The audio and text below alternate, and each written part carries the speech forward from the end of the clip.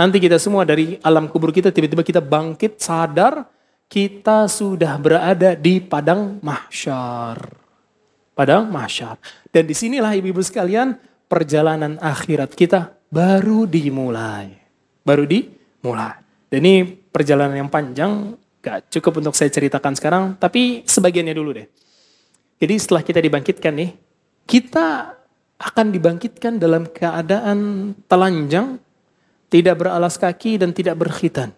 Dan itu sebagaimana sabda Nabi SAW, yuhsyarun nas yaumal qiyamah hufatan uratan ghurlan.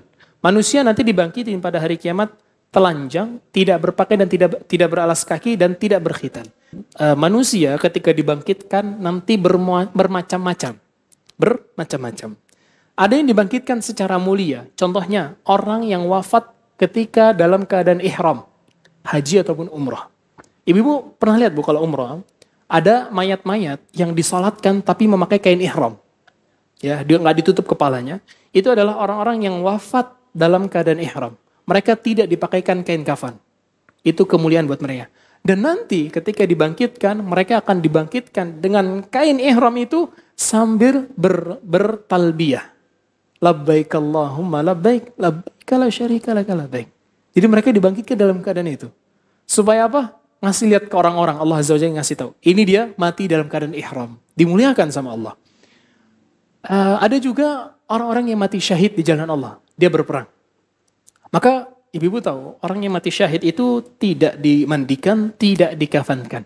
Tidak dimandikan, tidak dikafankan. Dia dikafankan dalam keadaan pakaian perang itu. Dengan berlumuran darah. Iya, dengan berlumuran darah. Kemudian dikuburkan. Nanti pada hari kiamat dia dibangkitkan dalam keadaan penuh dengan luka perang dia. Penuh dengan luka perang dia. Dan darah masih mengalir dari tubuh mereka. Dan bau darah itu lebih wangi daripada bau kasturi. Jadi ada yang Allah muliakan ada. Tapi ada juga yang Allah hinakan ibu-ibu sekalian.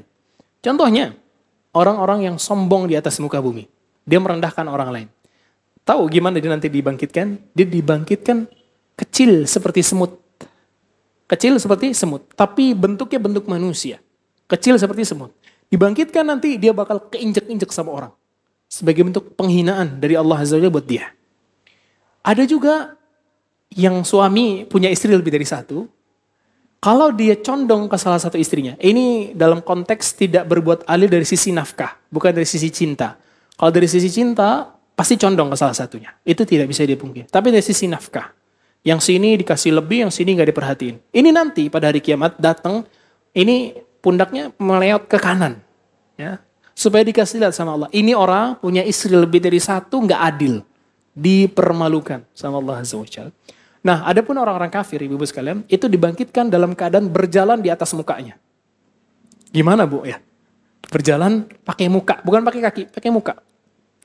Waktu itu para sahabat bertanya, ya Rasulullah, gimana caranya orang berjalan dengan muka? Iya kan? Gimana coba? Maka Nabi SAW mengatakan, bukankah Allah yang membuat mereka mampu berjalan dengan kaki, mampu membuat mereka berjalan dengan wajahnya? Kata para sahabat, bala ya Rasulullah. Iya ya Rasulullah. Jadi Allah alam gimana, tapi begitulah nanti mereka akan dibangkitkan. Jadi kayak gitu. Nanti semua orang itu berdasarkan amal ibadahnya masing-masing. Berdasarkan amal ibadahnya masing-masing. Kemudian setelah itu kita semua akan digiring menuju padang mahsyar. Di padang mahsyar ibu-ibu sekalian kita akan tinggal di sana selama 50.000 tahun akhirat. Bukan 50.000 tahun dunia ya, 50.000 tahun akhirat. Yang satu hari di akhirat itu 1.000 tahun dunia. Yang kalau setahun akhirat berarti 365.000 tahun dunia. Kalau kita kali 50.000 itu sekitar 18 miliar tahun. Berdiri doang. 18 miliar tahun. Itu yang akan kita hadapi nanti. Ya, dan itu waktu di mana matahari Allah dekatkan dengan jarak 1 mil. 1 mil ini para ulama beda pendapat nih ibu-ibu. Ada yang mengatakan jarak 1 mil yang kita tahu, ada yang mengatakan milnya itu maksudnya adalah alat yang digunakan untuk bercelak. Jadi kalau ibu tahu pernah pakai celak nggak bu? Pernah ya? Celak itu, tapi yang orang Arab ya, bukan yang orang Indonesia, yang orang Arab. Itu ukurannya segini disebut mil ini. Alatnya itu disebut mil. Itu jadi matahari dekatkan dengan jarak 1 mil kayak gini. Tapi Allah alam intinya matahari dekatkan dengan jarak sedekat-dekatnya dan kita akan berkeringat Dan itu nanti kembali ke keimanan kita, ke amal ibadah kita. Kalau kita orang yang beriman, insya Allah Allah Azza wa Jalla bikin keringat kita sedikit. Dukung Al-Hujjah untuk punya tempat dakwah. Salurkan wakaf lahan melalui Bank Syariah Indonesia dengan nomor rekening 7796001377 atas nama Al-Hujjah Dakwah Islamiyah dengan memberikan kode 300 di belakangnya, contoh, Rp, Rp10.300.000. Syukron, wa jazakumullah khair.